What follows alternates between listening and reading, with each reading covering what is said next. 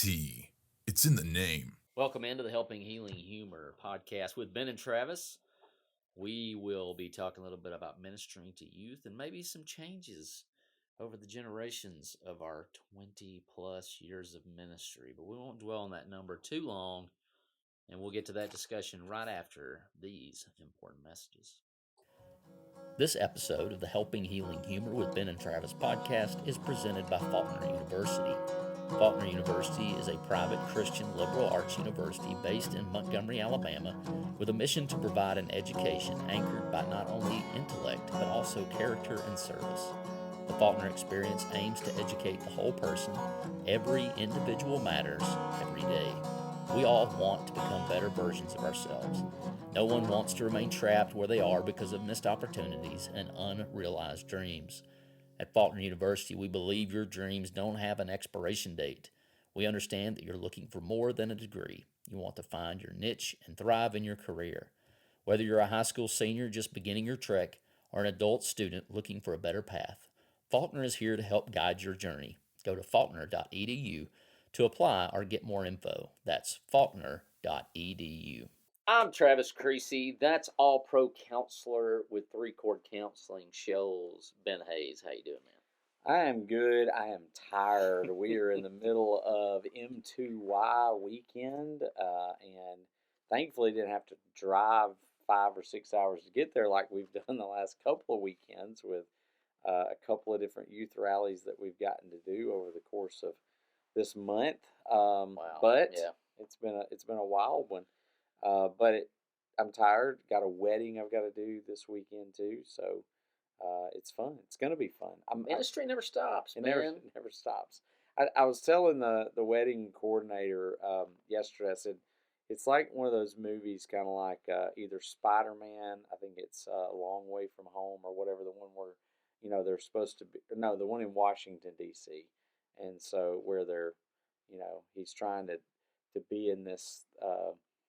This thing, spelling bee or math competition or something, and save the world at the same time. And then, for the other side of the coin, the High School Musical people, where you're trying to play a basketball game and do the same thing. So they just all hate on each other. Yeah. It's kind of what it felt like this weekend. I'm going back and forth from M2Y to a wedding, and I'm afraid I'm going to show up at the wrong thing at the wrong time. And, there's going to be that weird deal. Yeah. And so I'm just hoping I don't forget something tomorrow when it's go time for the wedding. Is this 3 straight weekends for you and I? Yes. If not 4? I think 3 with Faulkner in between during the week. So we went Faulkner, Erupt, Faulkner, North Bradley. Yeah. And then this weekend. That's right. So, yeah. It's been wild. Pray for Ben. Tuesday we get to do some stuff for Christian Student Center. It's going to be like 4 straight weeks of when this comes out, we'll be probably getting whatever we're going to do together.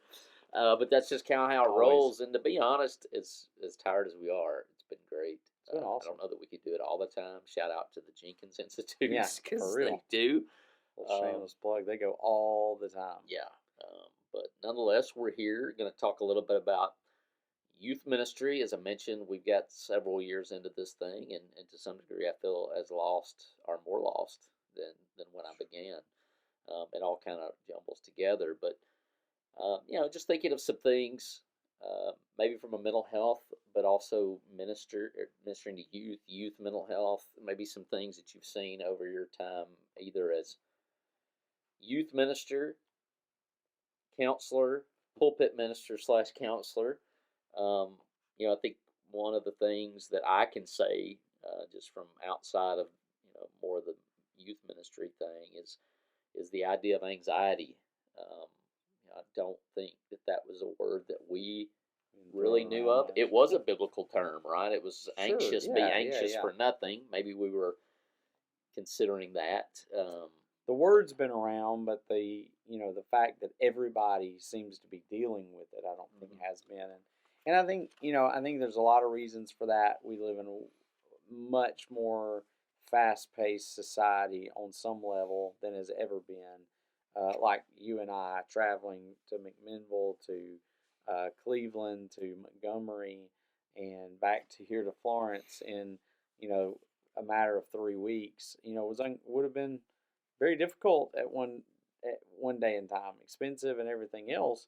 But then not only that, you have access to so much now at your fingertips. You can find stories, or just looking at a story of something that happened here that it just pops up on your phone, and you go, wow, I didn't realize that was the details of those stories. And you read those things and you see those things, and images of people getting hurt. The hockey game the other day of some guy getting killed in a hockey game, and it's all over the internet. And you just little things that I think growing up we'd hear about some stuff, and every now and then you'd see it if you watch the nightly news, but it just pops up. It's constant. And then you have a whole generation right now that was, in lockdown for a month or two or three, and life was put on hold. And, some of those kids have graduated. Some of those kids were in their senior year, and so it messed up a lot of things. Some of those kids were, not even school age yet, so their brain was still developing. And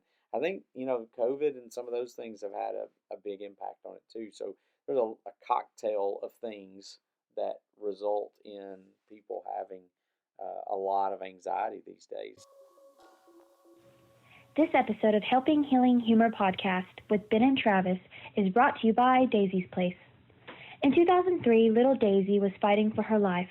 Each time she went into ICU, Carolyn, her mom, had no place to put her things or rest. Do you have a story like mine? When your loved one is in the hospital, the last thing you need to worry about is a place to rest. Daisy's Place is a free place to stay in Florence, Alabama, while your loved ones need you the most. Daisy's Place needs you. Share your gifts as a volunteer, spread the word, donate, and sponsor to help serve others in their time of need. Go to daisysplace.org. That's DAISYS-PLACE.org, or give Carolyn a call at 256-629-6729. That's 256-629-6729. We coming out of y'all for the conference. Tonight we had a idea lab, and almost every question in the group that I was in involved connection. And Faulkner had the leadership thing that was Leaders Connect, and then for the lectureship it was reconnecting. And I think that's such a big deal. You and I both grew up going to Jacksonburg Church of Christ, and we rubbed elbows with people that were older than us. We conversated with them. Part of that was because it was a smaller congregation. Those are some of the most impactful circumstances, impactful conversations, impactful interactions, relationships that I ever had. And I think that that's one thing that keeps getting brought up in conferences like this, or is the connection, right? There are so many things. We're connected to the world, but not all. Being connected to the world doesn't necessarily translate to being connected to the person sitting next to me. Right.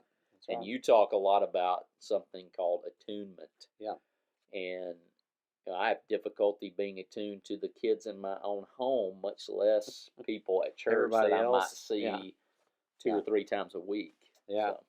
Yeah, and like this conference, even this theme this year is To This Day, and it's the story of kind of the phrase is used first in the book of Joshua, where they set up the monuments as after they crossed the river, and it makes the comment, whoever when they're writing Joshua says, to this day those stones are still there. It's kind of they're a reminder of what we're supposed to be doing. And so even this week we're talking about youth ministry from the standpoint of what kind of legacy are you leaving? What kind of heritage are you leaving? Will people look back and go, hey, we saw their faith, and to this day that faith still speaks to us. So we talk about those kind of connections, and I think the more, it's hard sometimes to connect across generations. It's hard for parents sometimes to connect with their kids. It's hard sometimes for the older people to connect with the younger. But the more connections you build, I think the statistics would indicate the more connections that you build, the more likely that you're going to remain faithful and have an easier time remaining faithful, because we need each other. We were meant to be that way. And you think about how the church was in Acts chapter 2, and they were all one, and they were sharing together. These weekends like M2Y, like Erupt, like the North Bradley's Youth Rally, those different things are such a benefit because we interact and we interconnect and we have that time together. And so attunement can be something that we have all the time, in the church. And I mentioned in our group earlier when we were discussing this that, just getting on people's level, it means the world to these kids, to these little kids at church. If you kneel down and you talk to them eye to eye, not as I'm an adult looking down on you. And there's different people who say different things about those, about that. But my opinion, I get down on that level and I create relationships with people.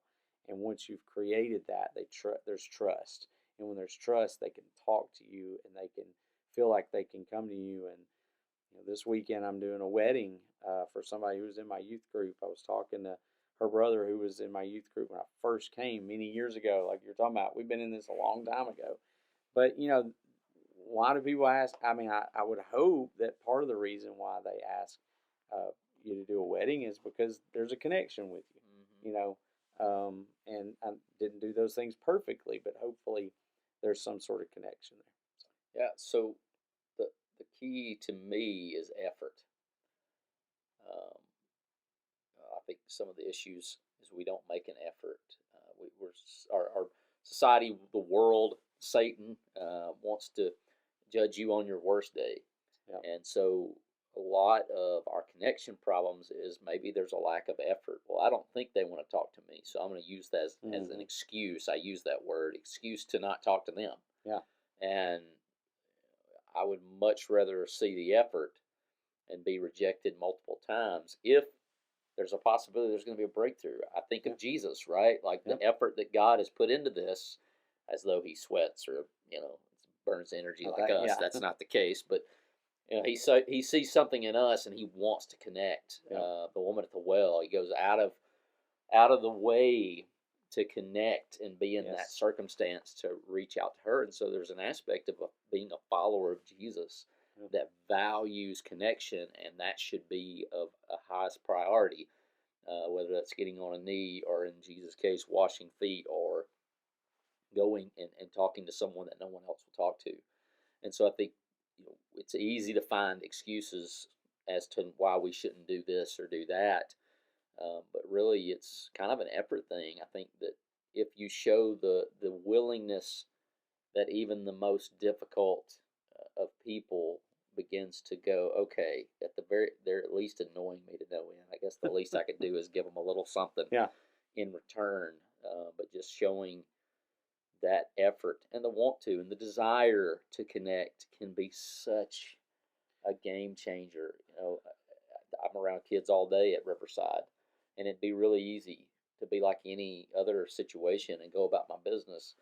I had a situation today where a kid had said something that I needed to address. I'm a fourth grader. Yeah. And I just went and sat down with him at the table during break and was like just kind of asking questions, trying not to put him on the spot. And you could tell that no one had ever taken the time. I won't say no one, but not a lot of people took the time to ask those questions. And it was like, here's this kid that I see every day that I say hello and good morning to, but I don't really ever dig deeper because there is such an onus on minding your own business. But we're kind of called in the church to be a little nosy. Well, and I was thinking as you're talking about that, how many of the stories in the Bible are about connections? Just from the beginning. Couldn't find a helper suitable for Adam. What did he do? Created woman to be connected, and to have that relationship with. And then, you work yourself up to Elijah when he's, up on the mountain after this great battle of the mines and of the sacrifices. The next chapter, 1 Kings chapter 19, he goes off to the mountains by himself because he's had enough. It's enough, oh Lord. And he's kind of ready to quit. And God appears to him, which is a great connection, but he says, go back. There's still this many who haven't bowed their knee. And there's this king I want you to anoint, and this prophet I want you to anoint, and this priest, and he goes through all these different things. And one of the things, the prophet he wants him to go to is Elisha. I'm giving you Elisha. And it's this connection for the rest of Elijah's life. Elisha's going to be right there by his side helping him. Jesus got the apostles. Different prophets had even, Jeremiah didn't have a whole lot of people who listened to him, but there was a couple of those guys listed that kind of followed along with him. Jesus had some disciples that followed along with him. Paul had, Titus and Luke and Timothy and different guys. So it's like the whole Bible is about make connections with people. Those connections not only, allow you to grow and allow them to grow, they also help you in those difficult moments. They encourage you in your faith, and then they carry on the task. And so there's so many benefits. We do have a lot of people, and I'm not saying you're an outside person. Hunting season's a big time for you, and you connect with God through that. And certainly there are times for that, but I don't know that you can really get the deep connection with God without connecting with people. He didn't intend it. Yeah, he didn't intend us to be that way, and so a lot of people use that as an excuse as to not be a part of a church. But I connect with God out here. Be communal. He made us relational, and so I just think about the New Testament, and this has been going around in my mind. The New Testament fellowship meal. It's just something we assume as a church, but think about the first century. I mean, you've got Gentiles and Jews. You've got women with new roles and new place in society, children, slaves, masters, all those. And you go into one of those and you come out of that culture, and just the fellowship meal alone is connection and countercultural. And it's like you have to make a decision.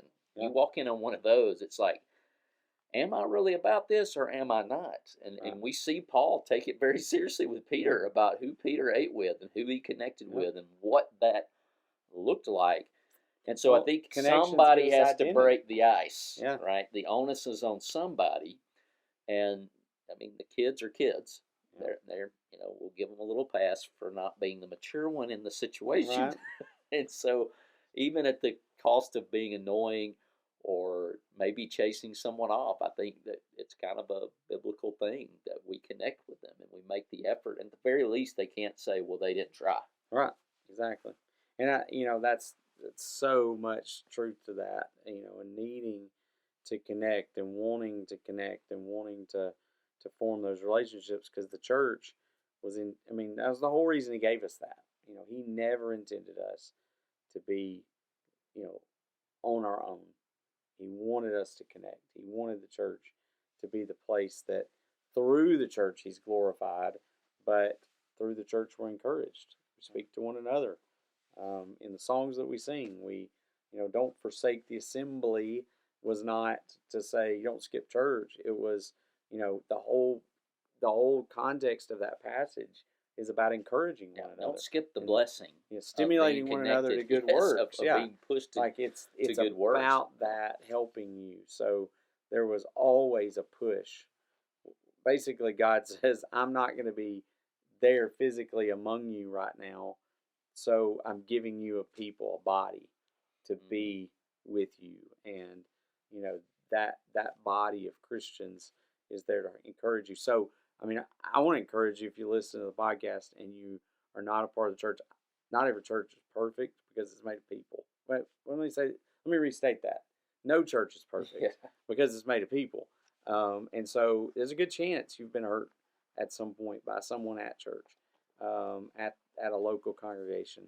But not every local congregation is the same, and not every time is going to be the same. And so I would encourage you to know there's a body of people there somewhere near you that loves you, will love you, and will encourage you in your faith. And so I would just say that's a challenge because there's going to be people you're going to work some places that you love the coworkers, and you're going to work some places where you don't, you struggle with them. Ball teams, you got some crazy fans like Travis, and you have normal fans like me. Whatever. You got people who are on anything that we're a part of. And so there's no perfect group of people, even sometimes the church, but we strive to be as encouraging as helpful as we can. Do we miss the mark? Yeah. But yeah, and to your point,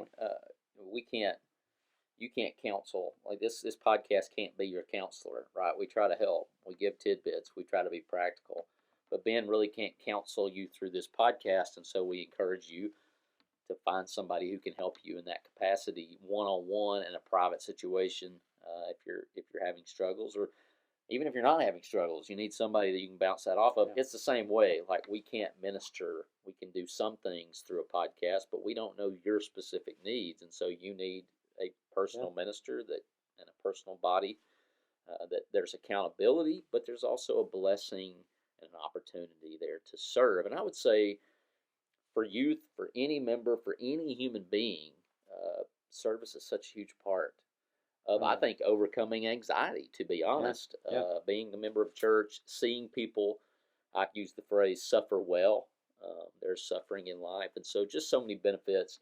I want to tell you and, of course, the board of N2Y how much we appreciate you giving this weekend and giving youth ministers, deacons, youth elders, preachers opportunities to kind of get together, connect, and see what works for them, see what might work at their home congregations. It's just a great thing, and I'm glad to be here for my second year in attendance. I spoke a few years back, and now that football's not on the table anymore, it makes it a little easier to get here. But thank you guys. Thank you all for listening, and we'll talk at you again soon.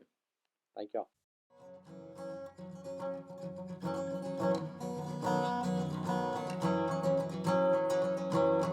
Thanks for being with us for this episode of the Helping Healing Humor podcast. Be sure to download our free ebook, 28 Days of Focused Living, at benandtravis.com and receive all of our Helping Healing and Humor extra content directly in your inbox. We look forward to having you join us at the same Ben and Travis time, same Ben and Travis channel.